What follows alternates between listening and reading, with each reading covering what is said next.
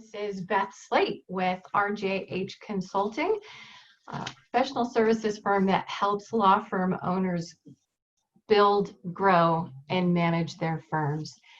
So today is our inaugural YouTube first interview ever of our one of our favorite vendors that we like to use with our clients, and that is CEO Andrew Nasrintay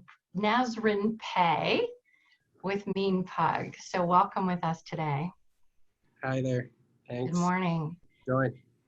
So again, because we're just going to be informal about this, I would like to take the next 30 minutes or so and just talk about Mean Pug and a little bit about how you guys got started, what was the impetus for that, and then what you guys do and how that's different from other firms out there. You know, because we work across the country, we deal with a lot of law firms that are looking for digital marketing or help in converting their clients.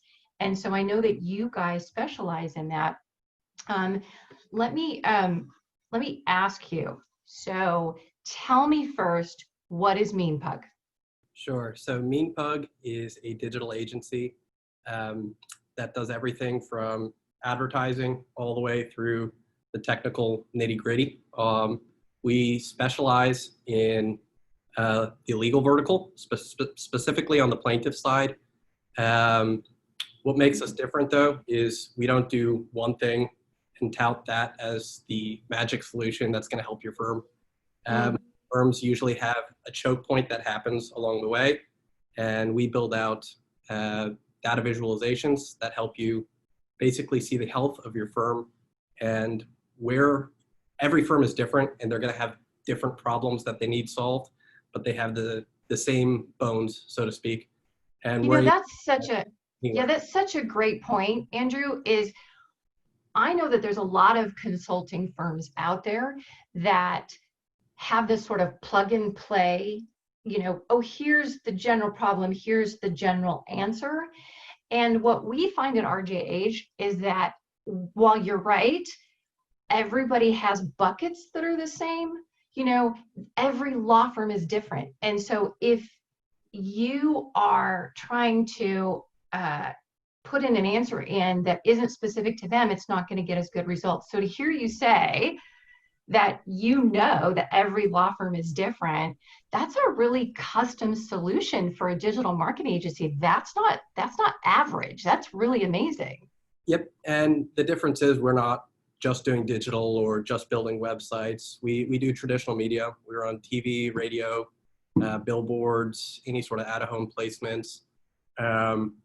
And we believe that there is a correct marketing mix depending on the size of the firm. So if you're a small firm, digital will probably make sense for you because you probably don't have the budgets to allocate that are big enough for something like TV. But right. Once you hit a certain point, there's this belief in the market that digital is more efficient and it's going to be better. The truth is that there's reverse economies of scale there. The more you spend in digital, the worse your economics will become there in a lot of situations. And tell me more about that. I want to understand that more. Sure. So let's say you have a $500,000 budget as a law firm for the whole year. You might be able to allocate all of that to digital, but let's say your budget was $50 million. Your first $1 million, I'm just using hypothetical numbers, your first $1 million, you might have an acquisition cost of, let's say, $1,500 for motor vehicle cases, if we're going to do a personal injury example. But the next $1 million, you might see your acquisition cost go from $1,500 per signed client to $2,000. Right. From $2,000 to $2,500. And that's when you know that you have oversaturated a channel and you actually have to adjust your marketing mix. And that's something that you need to monitor and do in real time. And both every firm is different as well as every market. So the New York City DMA is going to act a lot different than LA. Mm-hmm. San Francisco. You know, I think I don't think that I know of any other firm that leads with data capture. I mean, you talked about analyzing the data, And I've actually been really surprised at how many firms don't actually know if their marketing is effective. Yep. And so we'll say, how are you tracking that? And the answer is, right, well, we've just always done it this way. I say, well, how do you know if that's effective? And so one of the things that we do at RJH Consulting is kind of input those initial KPIs, is what we call them, they're key performance indicators, to say, this works, this doesn't. It sounds like you guys kind of dial in on their marketing efforts specifically. What can you tell them by looking at the data? Yep. So on our side, there's a lot of KPIs that we would track. Some of the bigger ones are that, one, we're not going to partner with a firm that kind of shoots from the hip and just says, I want to spend $1 million here. And my mission is how we're doing, right? We like to be very straightforward, set the goals, set realistic expectations. And the way we track that typically is through call tracking on every campaign. So we do typically campaign level call tracking. Sometimes that gets a little bit more difficult as you do more branded media on television or radio or billboards. But there's a lot of pretty heavy math you could do there for the media mix modeling. Now, do you have specific numbers that go with these different marketing efforts? Yeah, we do. So the big thing we look at on the very, very high level is the cost we're paying for the media, right? So typically for injury or plaintiff's law, there's certain thresholds where if you buy within that range, you are in the right range. If you are buying for more expensive than that range, there's a good chance that no matter how efficient your firm is, it will be unsuccessful. And that is the very highest level that we look at, is the price of the media. And that is different for every case type. So if you're a firm that specializes in motor vehicle accidents, that's totally different than mass torts or workers' comp or employment or any other litigation type. And from there, you then move into the cost to produce an intake or a lead. And from there, that's all done through call tracking and having an efficient intake process, setting up a CRM. It doesn't really matter what vendor you go with, whether you go with a specialized one for legal. There's a ton of providers out there. Right.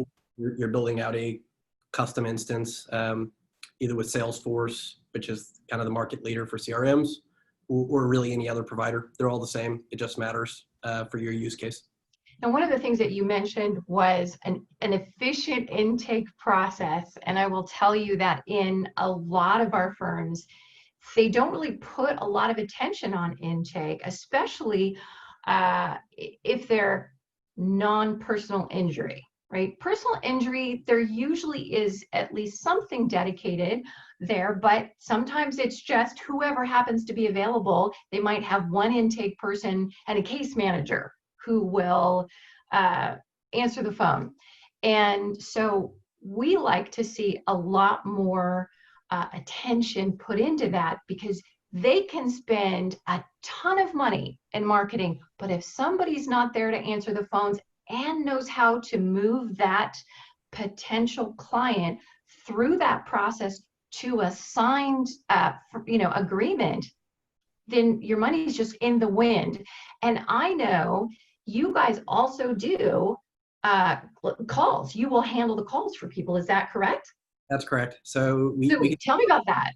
Yeah, we do both inbound and outbound calls. The reason we got into that field is because, one, we would sign up clients and we'd buy the media at the right price. The intake cost was good, but we'd realize either A, the abandonment rate was just too high, or B, they would fail at one of the two components, right? So they might be able to answer all the inbound calls, but they wouldn't be efficient on outbound calls, on form fills, or the contact information produced from chatbots or other means of collecting more paper intakes. So we usually found that clients that would fail at those aspects, it wasn't within their core competency to fix that area. So it was just a lot easier for us to build that out internally and kind of go from beginning to end and let legal clients focus on legal, right? And actually litigating Right. and building up the cases. So do you have a percentage that you can say, typically if we answer your calls and you get 10 calls, we should expect to be able to convert? So that depends on the case type, right? That is 100% dependent on case type and advertising channel. So I'll give a real world example here. Calls that are inbound calls from television or radio for personal injury typically have a much, much higher conversion rate, where it'll be anywhere from 10 to 25%. If it is a branded call, it'll be closer to 25%, 20%. If it is a non-branded call, it'll be roughly 10%. And the largest reasons for them not converting would be they don't fit the criteria, right? Either there was no injury, right, or the statute of limitations was blown. But in general, it's usually there was no injury and they were called. So interestingly, again, we know that lawyers go to law school to become lawyers, or actually to learn how to practice law, and then they have to learn how to become lawyers. When you throw a term around like branded versus non-branded, I can see everybody going on tilt. What's the difference? Yep. So a branded consumer journey is how we break them down, where non-branded would be you are advertising for a particular case type. So if it was on paid search, so the paid Google listings at the top of search engine results, if someone is searching for a personal injury lawyer, that would be non-branded. They know what they want. They are searching for a product or a service. For something that is branded, that is usually a multi-touch consumer journey where you're running radio ads and they hear you when they're driving home. They see your billboard along the way, and then they get home, they sit down, they turn on the TV, and they're watching their favorite show. Then they see your TV ad. And instead of calling the number on the TV ad because they somehow forgot your little jingle, they go online and they write your law firm and they click the ad that you are running. So the difference is I need a personal injury attorney, so I'm going to click this, as opposed to, oh, I want the X firm. Yep. Because I've seen them around and they look interesting to me. Yep. Okay. And you're saying when it's I need the X firm, that's the better return. Yep. You'll have the highest conversion rate, but deciding to go into branding typically doesn't make sense until you have a large enough budget, right? So in order to buy the media within that range that I was talking about at the beginning of the call, your budget for the market that you are running those ads in needs to be pretty substantial, because while something like $1 million budget might sound big, if you are breaking into New York or LA, that's not enough. Right. To run television, radio, and billboards, and that might scare a lot of small firms, but you have to build up to that. And there's a lot of ways to build up to it. You can build up your referral base. You can start with digital ads. You can have an efficient pipeline. And typically, there's advantages to both. Small firms are, in a lot of instances, more efficient because the people answering the phone have better training because there's less and they understand everything. The larger you get and you have a 100-person call center, and you're taking multiple types of litigations, training a employee that's making $10 to $15 an hour, all the criteria for all those case types is an impossible feat. So usually efficiency offers as firms scale. So one of the things I know about, just the different kinds of companies that are out there is that when we talk to our firms, and it's either they need to hire a team for intake or they're going to outsource that. There's a number of different companies out there that they can use. What sets you guys apart from, say, the typical legal intake team? So the most important part about intake is training on the agent side, right? In general, I am vendor agnostic, right? I think any vendor for call center can do a good job. You have to just make sure that the infrastructure that they're given and the training they're given is good, right? Because when a firm comes to them, they say, I do PI, and they expect a vendor to understand that. But again, your firm is going to have different criteria than another firm. You might only take catastrophic cases, and another firm is okay with soft injury or soft tissue. And if they think that this is okay and they are trying to sign all those cases up, and then your firm gets bogged down with all these cases you don't want, and later on you have to disengage the client, that call center did you a disservice, right? Right. What we could do, which makes us a little bit more efficient, and which is why I think all the things you're doing are integrated, is that as the calls come in, we also allow the call center agent to know where the call came from. Because again, all sources have different conversion rates, as well as different scripts they should be given, right? Somebody who's on a branded ad has already probably selected you as the firm. And the conversation there is different than someone who was searching for a non-branded term, which is also completely different than someone who's still in the shopping phase. So I love that you know the difference between those three, because when you do have somebody who has specifically clicked on your brand, there's an assumption there that they've chosen you. Yep. The informational phase is typically the phase that no firm has ever invested in training or know how to deal with those calls, where it's the person who's calling because they got in a car accident, but they don't even know that they need a lawyer, right? They didn't call a lawyer. They're calling because they don't understand, and they need to understand everything that goes on. And that script is totally different than someone who's a law firm. And most large vendors, when they pick up the phone, they are saying, law firm, what case type can I help you with? And right? Respond with that.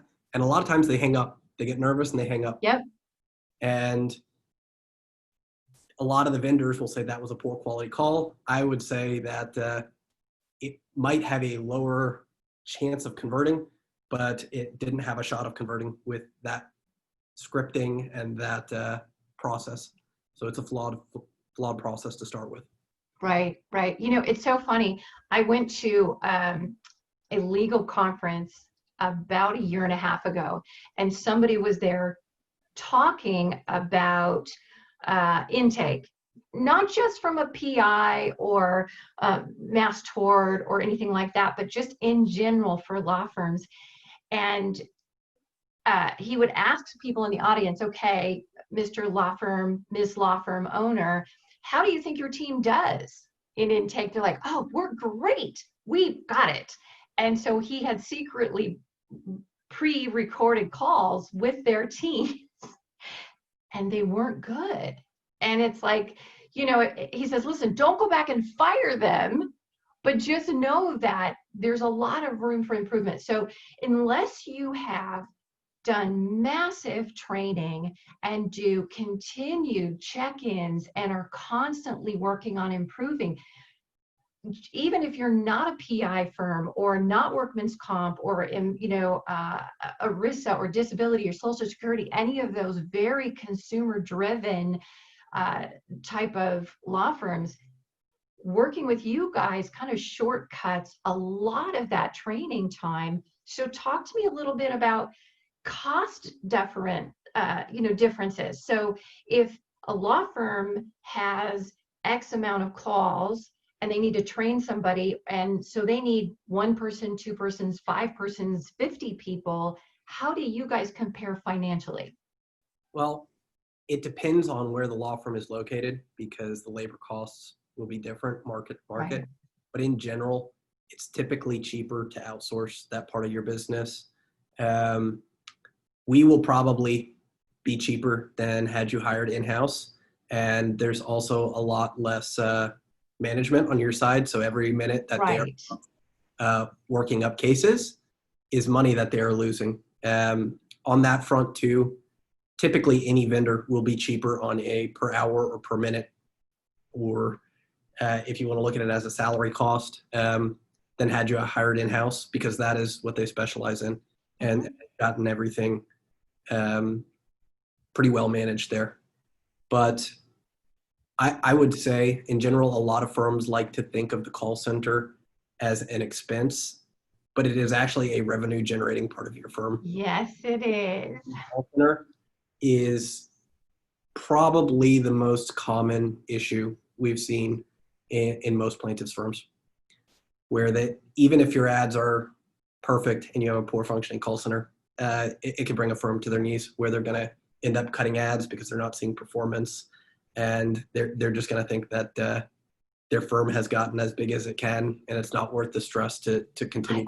I totally agree. And I think one of the biggest problems that small to medium-sized law firms encounter is exactly that thing, is there's not enough manpower to answer the phone, not enough training to convert those leads, and they think that's a marketing problem. And yet I'll call sometimes to talk to a law firm, and when I try to get into the front desk, the phone can ring 10 times and either doesn't get picked up or goes straight to a voicemail. And I already have a relationship with this firm. If I'm just a consumer, Yep. and I dial in and I go straight to a phone tree, or it rings 10 times, I'm done. I'm moving on to the next person. And I don't think that many law firm managers understand how I don't want to say fickle, but really how quick things need to happen for that lead to get picked up before they go on to the next person. I'm sure you have some information on that. I have a ton of data on that. I actually did a big analysis on about, I want to say it was like 4 to 6 million calls. And I looked at the average durations and the result of the call. And it fit a pretty standard logistics curve for drop off. Every second for the first 30 seconds of the call, you are actually going to have 1% drop off. So if you have a tiny bit of inefficiency, let's say it takes you 10 seconds to pick up the phone and you get a ton of calls every year. If you were 10 seconds faster, you would have 10% more business today. That's crazy.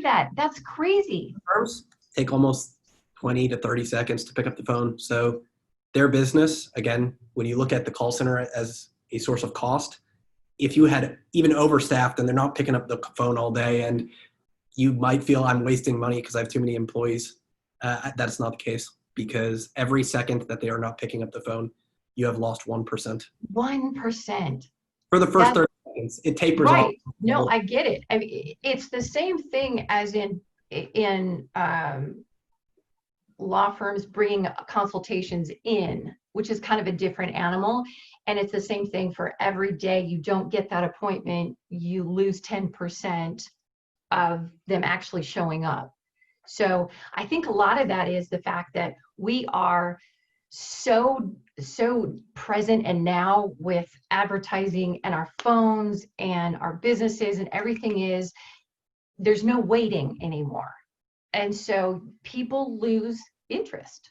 Yep. And so how do you keep them at your firm? And that's a really big deal. And so the difference between you guys doing this, picking that phone up in record time, and knowing exactly how to convert that lead, you're right. They're missing out on training time that they don't have to do. They're getting a better lead capture. They're probably getting better qualified leads too, just because you understand exactly what to ask. And you know if it's effective because you are tracking those KPIs. Those sound like basic things, but a lot of firms just aren't even doing that. And so I think that's an incredible service. And not only that, some of the things that we're doing, it takes a large amount of data to prove that let's say switching the order of questions and how you ask them, or changing the scripting on how you ask the question will change the outcome. It takes a lot of data to see that, and most small to mid-sized firms, it would take a decade to aggregate that level of data to confirm your suspicion. So right. that's kind of the big sell, that, you know, we're not wasting clients' money learning. We already know the answer to most of these things. So, okay. So I'm thinking about, like, what is your process? So in determining what's effective in their market. So let's go back to different kinds of advertising, because we touched on that a little bit. You've talked about billboards and radio and television, print and digital. We do have clients right now that do billboards, and they do see some good results from that. But again, they're a lot more expensive than some of the digital marketing that they can do. How do they know what's going to be more effective? Is that a regional statistic, you know, in general, or? So it's always a moving number, right? So there's no, what I say today won't be true 6 months from now, because Welcome to the new millennium. So I'm going to hesitate in saying this works for that. And it's also very, very different for each case type, right? So another quick example, I think television is one of the best things you could do for PI. And I wouldn't put all my money in television, though. There's a correct marketing mix in order to get the lowest CPA for your case type. There are other case types where a single channel is extraordinarily effective. One example there is most mass torts.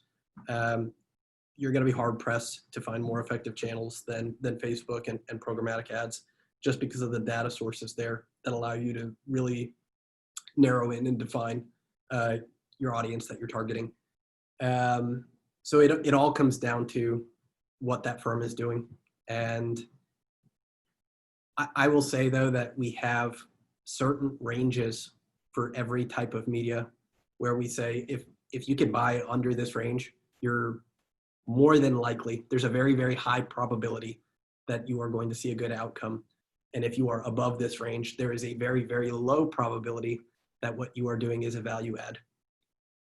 I love that, because I don't think any of, or let's say most law firms know what that number is. Well, you're saying you do. Yep. And the only reason we do is because we've looked at, I want to say, like $300 to $350 million worth of data and spend in most major markets in the US. That's awesome. So give me an example of like a success story for you guys with one of your clients. Sure. So the biggest success story in all of PI is probably Morgan & Morgan. When you see a mega firm in the last 3-4 years go from 160 attorneys to 600 plus now, 500-600. Wow. They've had enormous growth. They're doing really, really well, and they have kind of gotten the formula down.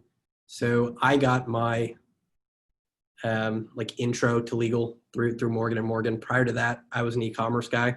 So I was helping a ton of brands basically run ads and compete against Amazon, which is a hard thing to do when they're willing to lose money on a lot of products. Right. And then I got my foot in the door with legal and ended up having a small account with Morgan & Morgan, and actually spent 3 years there as their like head of acquisition, which gave me really, really good insight, because I got to see it from the belly of the beast, from the largest player in the space.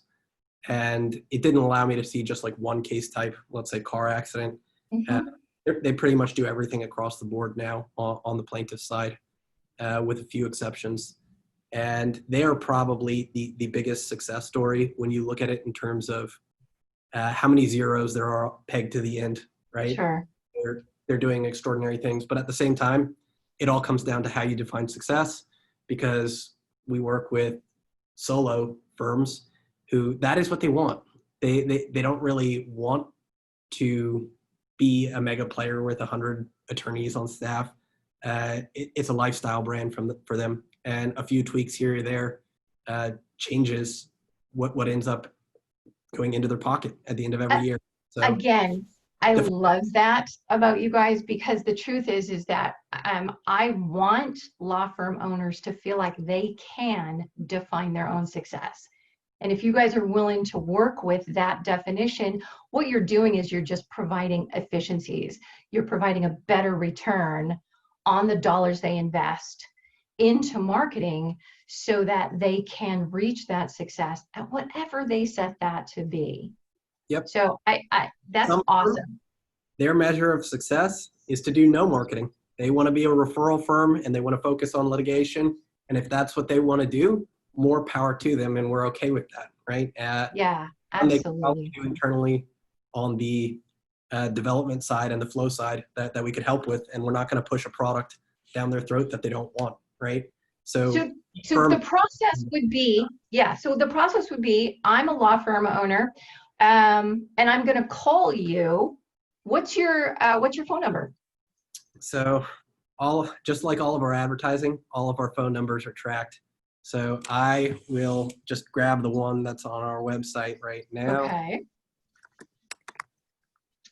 And give that to you because my short-term memory is so bad at this point.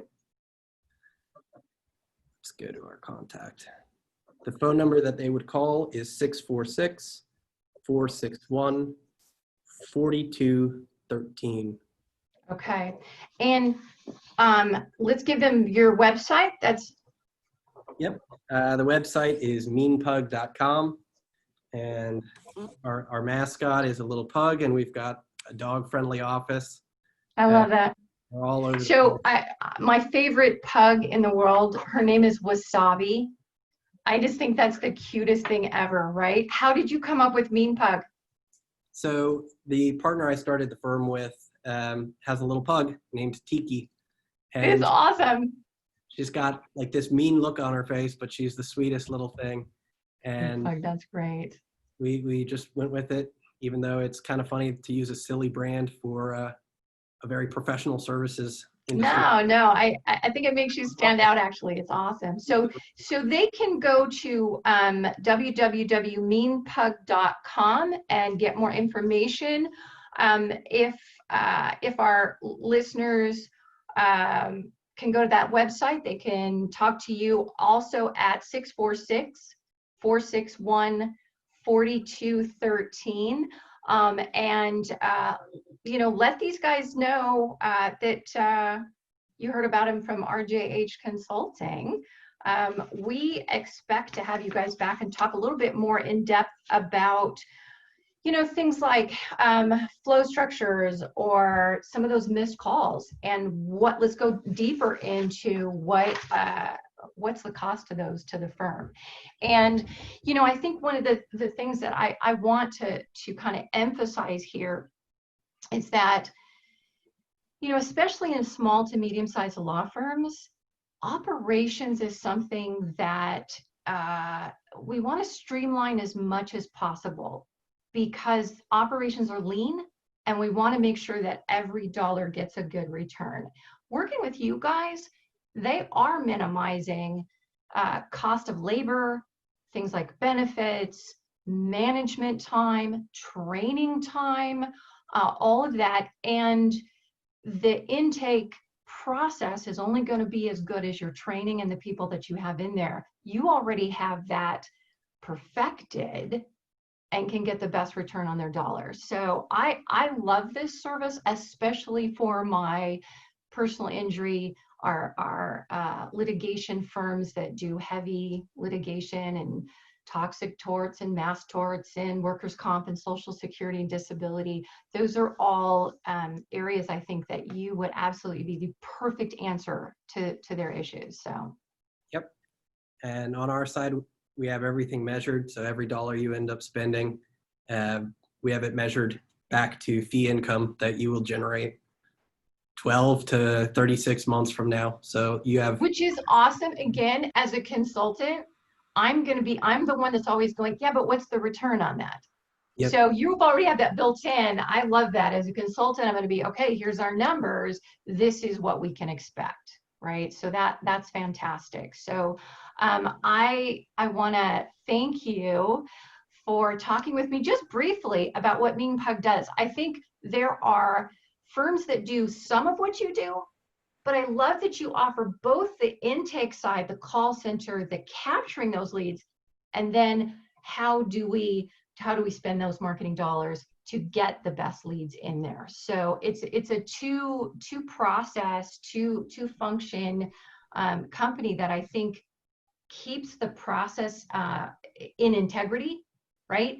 You do those leads, you know how to answer those calls, as opposed to having it broken up. So I think this is a great thing. I'd love to see our clients work with you guys to maximize their returns and to watch their companies grow. One last question for you. We're in the middle of COVID and it's not going away. Have you seen any changes of how you're doing things differently to get to people? Yes. So again, another issue that is case type by case type, automobile accident, which is a lot of the bread and butter for going down. Straight Yeah. down. Yeah. We've seen some firms lose like 70% of where they were previously at the peak of COVID. It's jumped back up a little bit, but no one knows what direction that's going to head in. But at the same time, we've seen other verticals that are doing better because people are at home and they have more time to actually pick up the call. So we've seen mass tort is doing extraordinarily well. We've seen employment actually has some pretty interesting right stuff.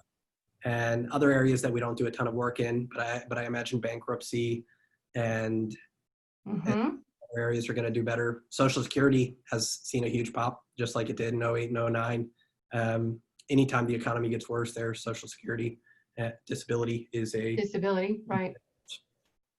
You know, it's funny.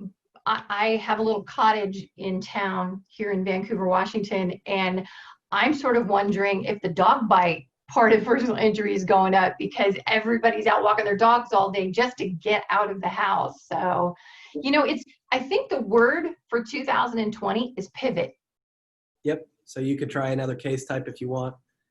Also, it's a good time to work on referral sources because there still is stuff on the market, and you have more time to chat and have webinars and just network. Right.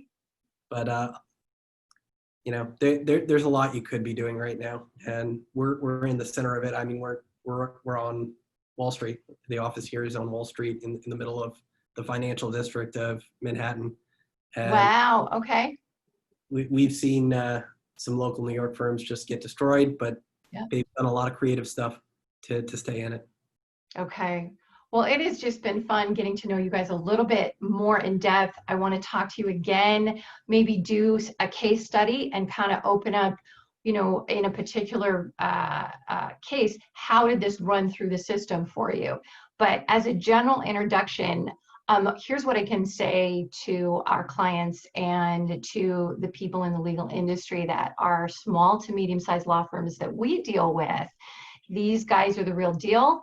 And as a consultant, I love that they are keeping track of the performance data because it's really what it comes down to. We don't want to do a crapshoot, right? This is not a gambling thing. This is science. And these guys have that part of the data down that's going to be specific to what you do, the industry, and the niches that you are in.